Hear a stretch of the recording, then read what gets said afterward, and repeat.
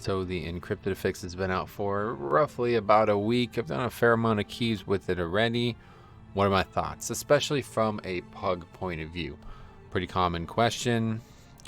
And honestly, it's not great. I knew I was going to dislike losing the buffs from last season. I kind of formed like a little bit of a personal attachment with Sogadon and Varuth. Like they did a lot of work for me. The buffs that you got from them were tangible. They were on the screen. You saw exactly how much damage I was doing with Stygian King Barbs, and that was it. I saw exactly how much healing I was doing with the Stone Ward Prison or whatever that thing was called from Sogadon. Knew exactly what we were getting out of there, and that was it. These ones are a lot different. They're a lot more freeform. There's a lot of different ways they can be powerful. And you might have a situation here where you have like, some intangibility about them that's really hard to actually see the value of. And the CDR one, might be that way. The skip one, the speed one, with the other side, some dungeon skips especially. These things could be looked at as invaluable, but you got to use them well. So I have two real issues with the Affix. One, it is insanely hectic on some packs, but especially on bosses.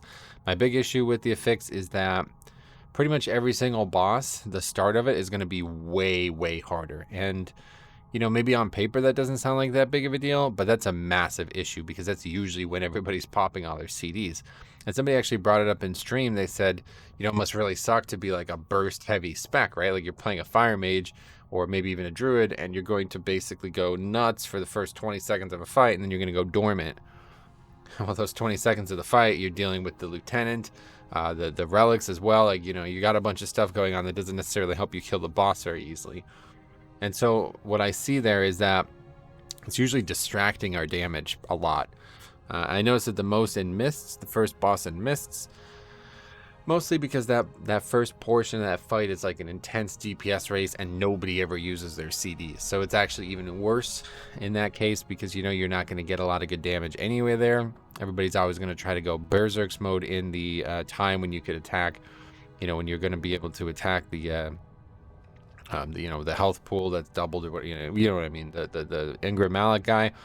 But it's like really bad when you got to do jumping around, and I think that's probably my my secondary complaint with the boss situation. It's like not only are the relics kind of distracting, I've also had trouble like targeting things that aren't the relics.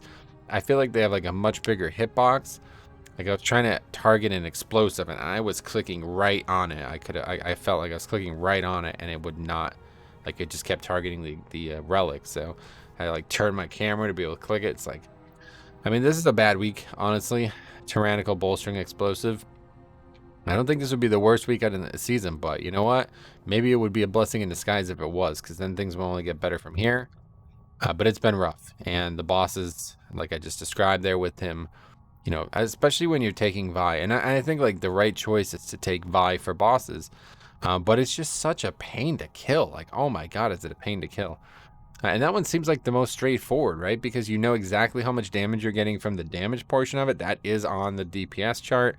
And the haste is, relatively universal. Like, I get it. There's a lot of classes that don't really want haste, but I mean, I think almost everybody wants haste to some degree because you auto attack faster, you cast faster. There's a reason Bloodlust is so powerful, right? Like, I don't think anybody's like, I don't even Bloodlust here, man. It's just not worth it. Like, nobody thinks that, right? So that big chunk of haste is always going to be nice, but the free damage, I really liked when you can see like a bunch of people funneling that damage onto a single target on a boss fight, and the thing just melts. Like the banner, I noticed that in Theater of Pain on Zai or whatever, Zive, the banner just gets like slaughtered. It's just getting chunked. And that's because all of the damage from that thing is kind of getting funneled into the banner. So that's one of my main issues. And then my second main issue, I listed two. The second one is that it just seems really inconsequential each time it comes up. Like, so when we did season 1, the Pride was like it was like, you hit a home run, all right? You're at the plate here, you know what I mean? 3-2 count, home run. And maybe sometimes you only hit a single home run. Sometimes you get a grand slam every once in a while, but on average, you're probably just getting that one run. But that was still pretty badass. You only hit those once every while, you don't get those every time you're at bat. But when you get that home run, you know it. But this, it's like every time you get up to the plate, you're getting maybe a single or a double. Yeah, that's it. You're never going to hit a home run here. Almost never. I mean, maybe with the skip one, but it just never really feels like, God damn, we just destroyed that because of that. You know what I mean? And because, like, you have to kill them. So first of all, I do have some really good things about the Affix too. So I just want to be that. I want that to be clear. But, you know, where the blurred line begins here is like the good and the bad kind of merge. It's like, well, you have to kill them while you're doing the boss. And I've already had a lot of people who are not super big on Mythic Plus say like, this is insane. Like, you know, why did they make the boss already difficult, even more difficult?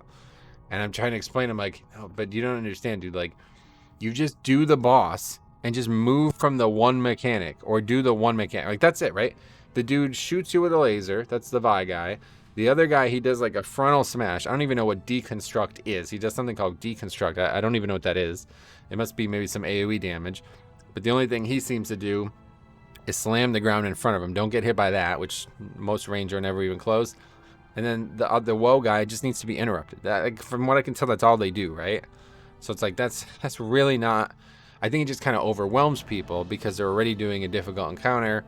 And then there's the relics and all this other stuff. But I think the big problem is, you know, like on a boss like the first boss in theater, that's 7 targets. And then if the little guy comes out, that's 8 targets. You know what I'm saying? So that's a lot of targets for a boss. But that's where the blurred line comes in. And then now that turns onto the good side. That's what I love about the Affix. And that's probably one of my favorite things about the Affix, is that it's always there with other stuff. One of my favorite things in Season 2 was finding good ways to pull on top of the Lieutenant and get some value out of that. Because in Season 1, you know, you really couldn't fight anything with the Pride. It was so dangerous. People would never kill it fast. They'd sit there and just let it kill us. You know what I mean? Like, I think, like, literally, like, we'd wipe. I used to call it the 3K Club. I think that was the number. The 3K Club. The people who would just do 3,000 DPS to the Pride. They meant nobody was doing any type of offensive CD. And that's, you know, you're kind of seeing that here again, right? Where your damage is getting distracted. They're like... They're doing something kind of counterproductive because they think it's going to help them in the long run. But in reality, if you're just sitting there for 2.5 minutes on a CD and you get the woe or the Vi guy, or you get the woe and the guy, it's like, what's the point? You know, like, that's the thing about it too. I bet a lot of people do that. They don't really know which one's coming. They're probably still learning it.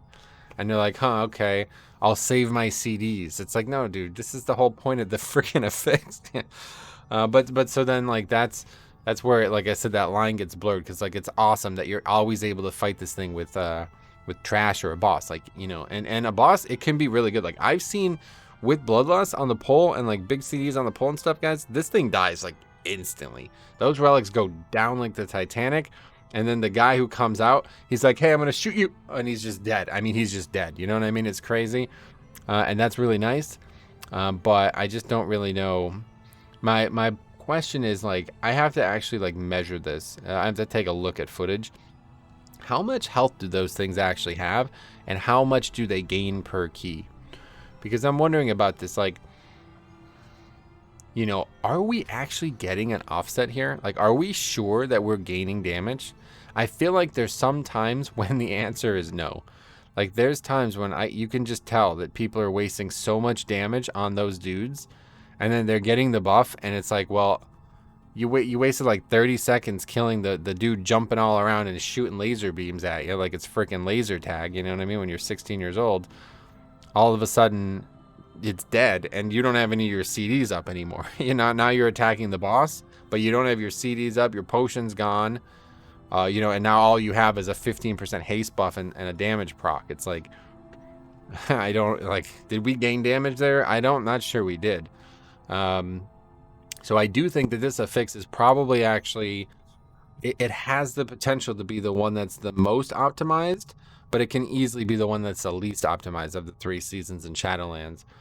And my big worry about this Affix is that it's going to go into the direction of Season 4 of Shadowlands. Now, if you didn't, or in BFA. Now, if you didn't play in BFA Season 4, I'm talking about home runs. This was a grand slam, right? Every time this affix was present, it was a grand slam.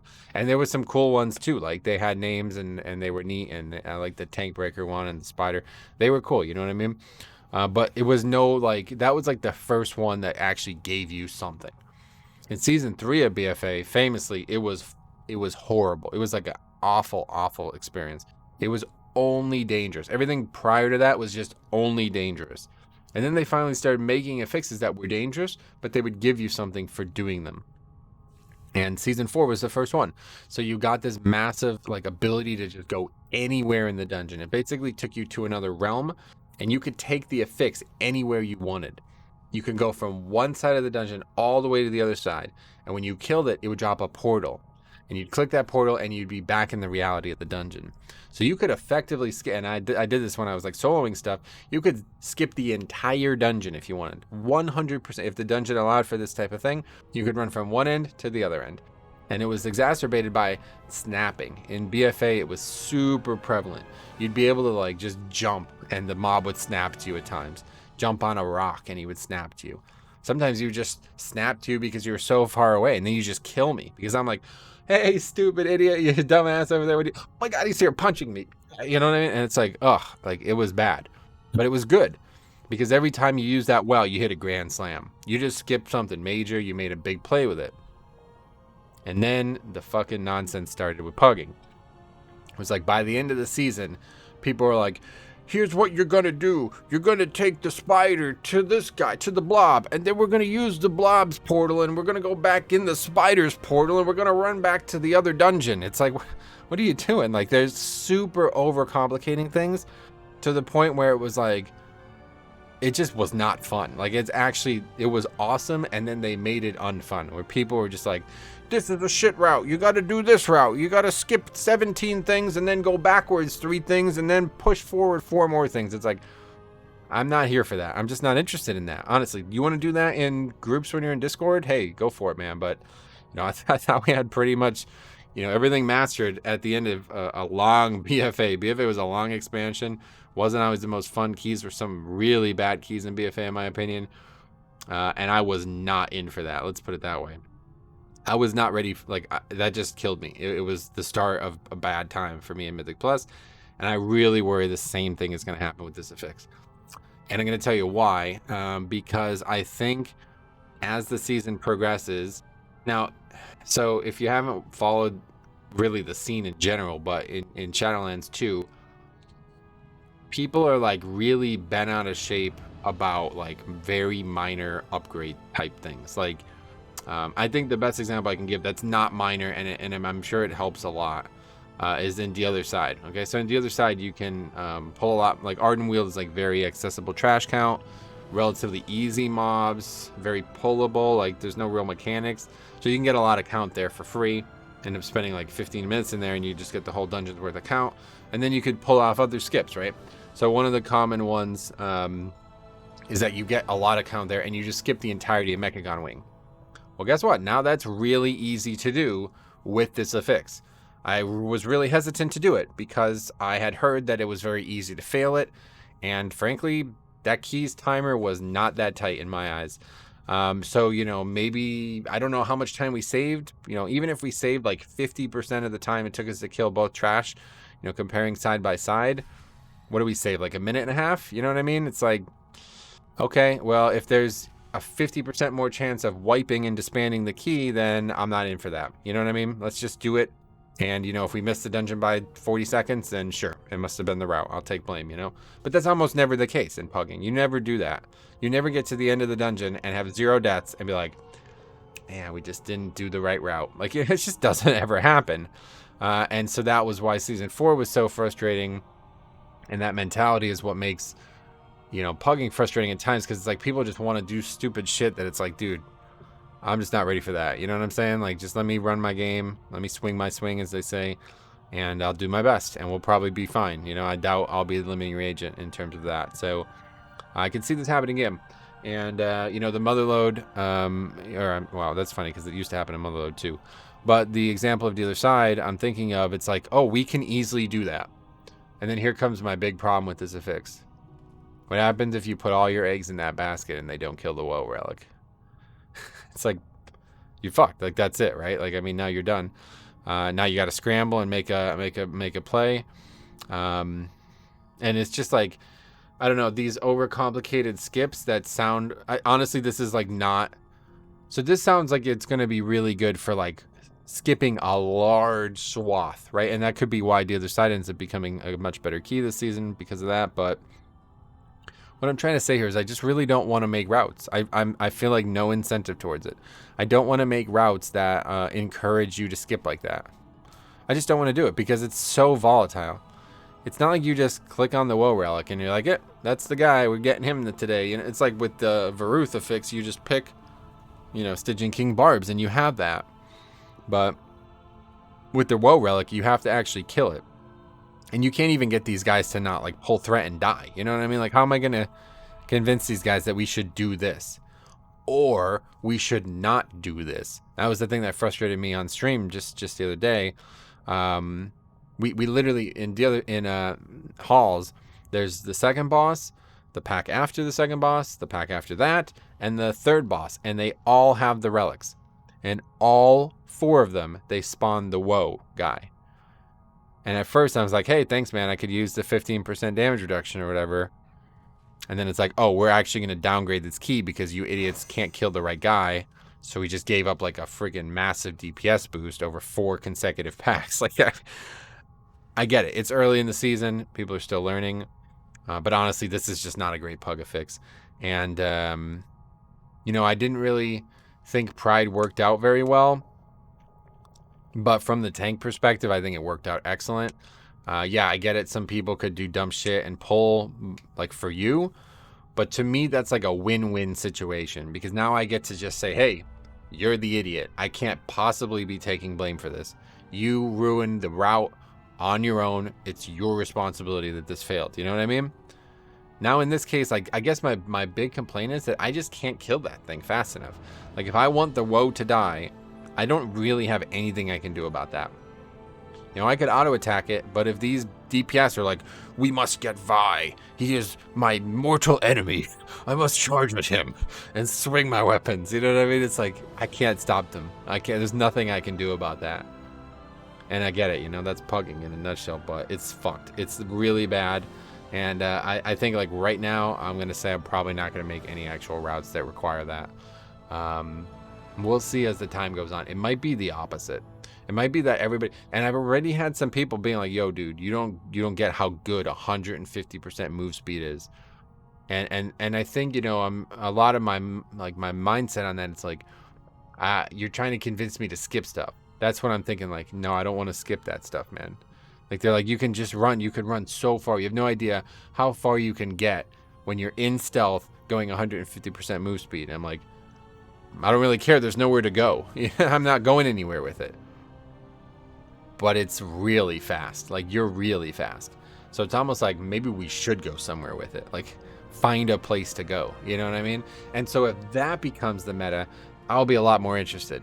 If we're a lot more interested in actually making strategic decisions with these things, then I'll be a lot more interested.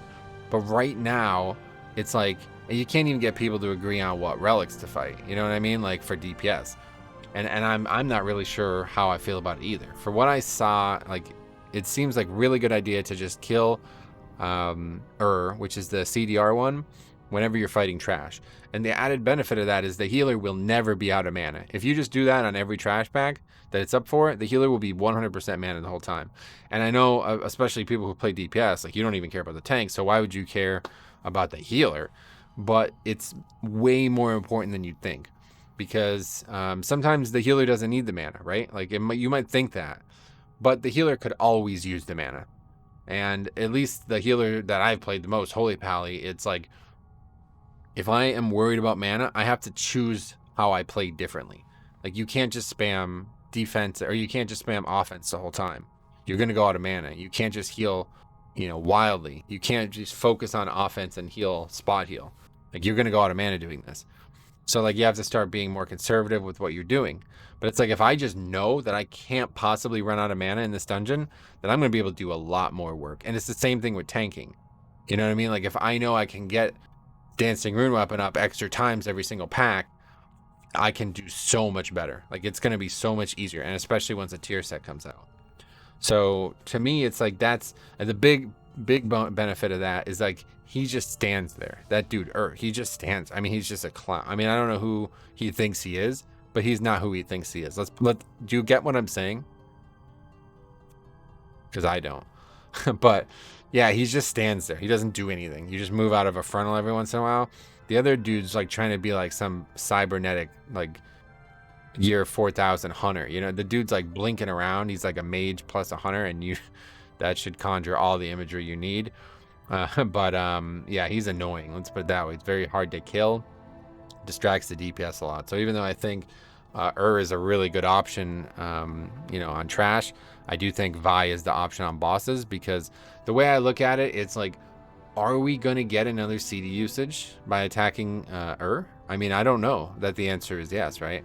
I mean, first of all, I haven't really played anything but Blood DK seriously this season or expansion. So for me, like, I have a lot of cooldowns. And if you remember, I actually made a whole video in like a playstyle based around CDR in BFA, and it was awesome.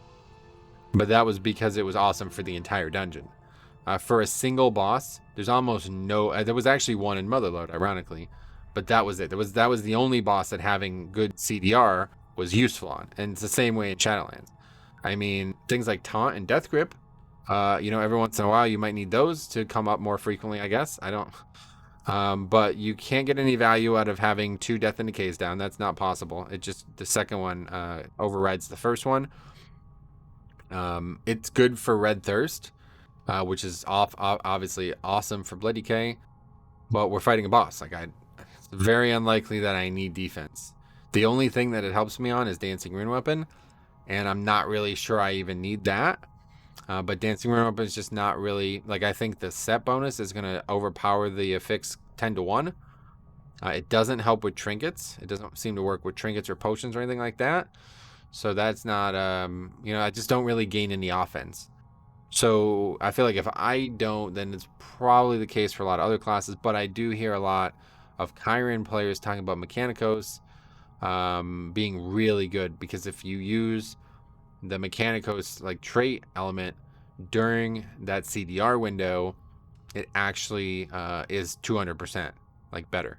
So if you get 7 seconds off it, you now get 14 seconds off it. And so I saw Shaman saying that, like, he put down the totem, the Vesper totem, with Mechanicos during that window, and it was back up before the totem was over. And I don't believe him, but that, I mean, it's possible. Like, that's, yeah, I guess that's possible. So, yeah, so that would be the same thing with Red Thirst and Dancing Rune Weapon, but I just can't believe that it actually is going to work that way. Or not that it's going to work that way, but that I just can't really believe that it helps me. You know what I mean?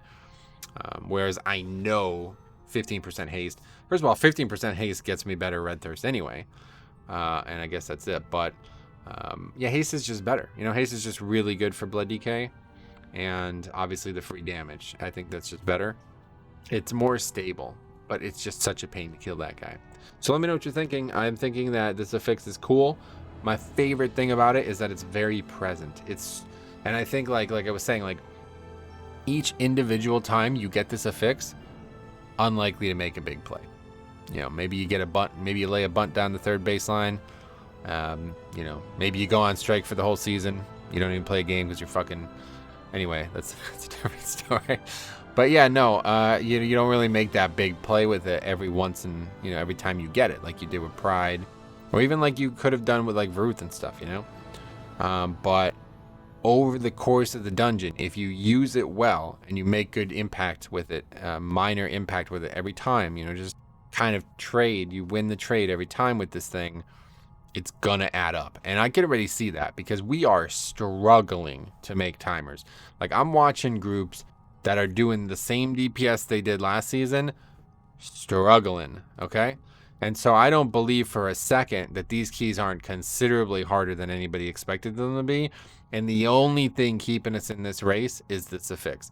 Now, you could make the argument that it's the other way around. That even though somehow everybody's doing the same overall DPS, like, I'm still seeing people do like 11k and stuff in these dungeons, that it's the affix that's slowing them down. And I don't really buy that. You know what I mean? I think it's the other way around. I think this affix is keeping us in the hunt because whenever you fought the 4 lieutenants, and, you know, granted, you'd often skip one, they were almost always alone. I think probably like maybe like 20% of the time you would fight one, there'd be a chance to pull something onto it.